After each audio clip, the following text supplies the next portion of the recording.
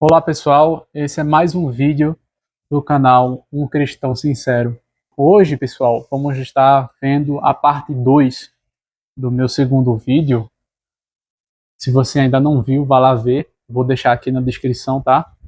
E eu vou apresentar alguns argumentos a mais. Eu acho que vai ser bem interessante, bem legal. Se inscreve no canal, seja muito bem-vindo, dê um like. Pessoal, antes de começar, eu queria primeiramente agradecer a todos vocês que estão aqui no meu canal, que está se inscrevendo, dando like e comentando.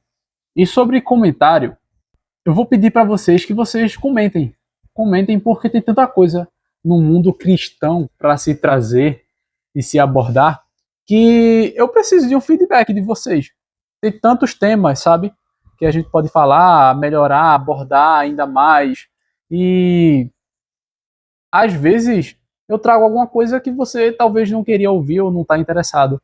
Então eu acredito que seria bem melhor que vocês falassem aí o que vocês querem ouvir, né?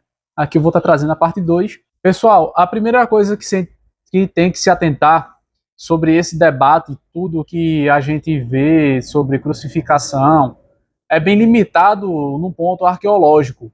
Por quê? A gente não sabe 100%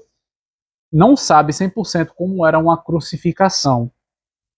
E aí o que acontece é que existe vários métodos de crucificação. Pelo menos eu vou colocar dois aqui que eu lembro. Três que eu lembro. Tem a primeira crucificação, que é a gente que todo mundo vê, todo mundo já ouviu, que é a crucificação de Jesus, né? Que é a tradicional.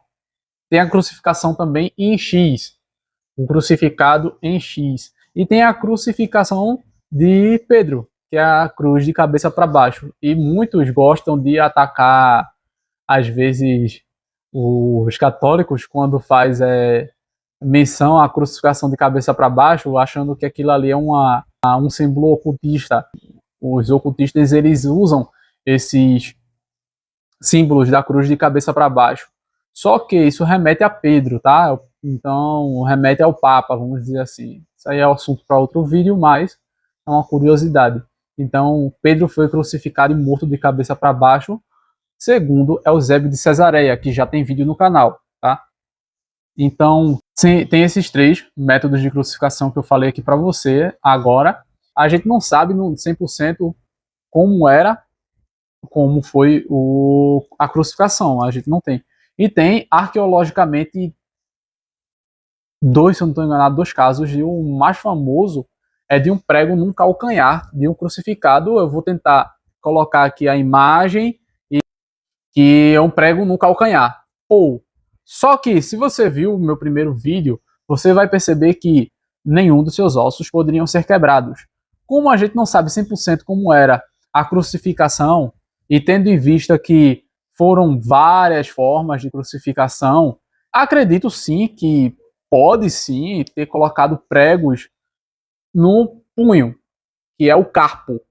A gente estava falando sobre isso no primeiro vídeo, sobre o carpo, prego no carpo, que era o prego no punho. Só que, se você já assistiu outros filmes ou de Jesus Cristo, ou algumas outras imagens de Jesus Cristo, você vai ver algumas imagens de pregos aqui, no braço. E aqui tem uma fenda, tá? Rádio Iuna, tá aqui, tá? E aqui tem uma fenda que daria também para colocar o prego aqui. Cristiano, por que não foi? Por quê? Porque Jesus, na Bíblia, Jesus mostra a sua ferida na mão. E muitos vão falar o seguinte: mas mão pode ser punho também. Punho, carpo, tá? Vou colocar a imagem aqui, carpo. Punho, carpo. E metacarpo, que é essa região da mão aqui. E aqui tem uma lacuna, tá? Um ossinho aqui, outro aqui, outro aqui, outro aqui. Pronto. Que é o metacarpo. E eu acredito que foi aqui, tá? Na Bíblia vem falando que foi na mão, que o ferimento estava na mão e não aqui. Embora eu acredito que sim, alguns romanos poderiam sim ter colocado pregos aqui. O primeiro argumento que eu queria trazer aqui, acho que essa introdução que eu falei, é de que, veja só, na arte e principalmente nos filmes, Jesus é retratado como magro. E isso é totalmente nada a ver. Não tem nada a ver isso aí. Jesus não era uma pessoa magra. Como é que tu prova isso, Cristiano? Ele era carpinteiro. Ele era carpinteiro e carpintaria precisa de força para mover madeira. Madeira é pesado, tá? Não tá pensando que esses guarda-roupa que a gente tem. Não, madeira de verdade pesa. É bem pesada. Quando a gente vai ver nas passagens bíblicas, a gente vai perceber que ele foi açoitado, que é severo. Ele perdeu muito sangue. Muito sangue.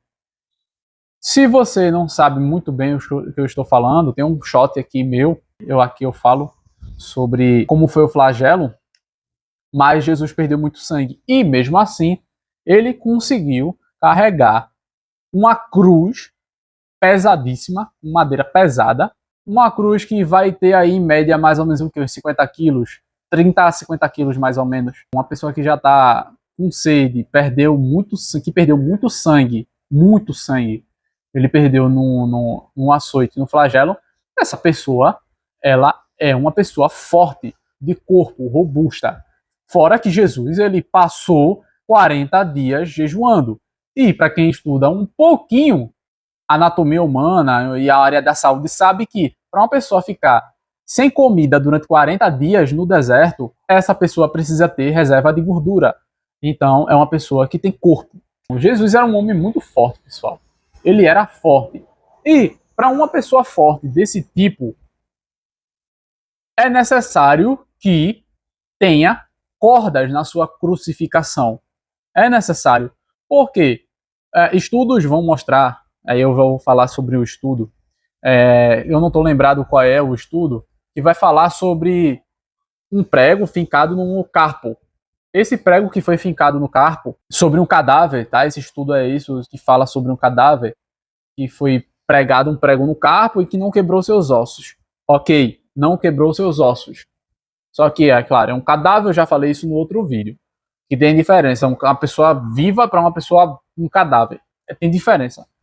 Acredito eu que uma pessoa que tem peso corporal, fosse fincado ali, provavelmente uma hora poderia rasgar, mesmo sendo o prego no carpo. Mesmo que não tenha quebrado os ossos, e entrar aqui no carpo com o peso do corpo, ele saía rasgando, e até sair pela cabeça do prego. Isso que eu acredito, porque é uma pessoa pesada e muitos falam disso. Não, mas não pode. Essa é a justificativa da galera para falar que não poderia ser na mão, o prego na mão, porque teria o peso corporal. Porém, eu já falei, para pessoas com mais peso corporal, como Jesus Cristo, é necessário que tenha corda, auxílio de cordas. E eu acredito que os romanos eles tinham isso. Provavelmente sim, eles teriam sim para pessoas mais leves, sem ter auxílio de cordas, mas eu acredito que a corda ela é bem necessária, sim. Não só por isso, mas uma corda bem apertada aqui dói muito. Dói muito. Porque prende a circulação. Então já é um ponto a mais para a tortura romana, tá?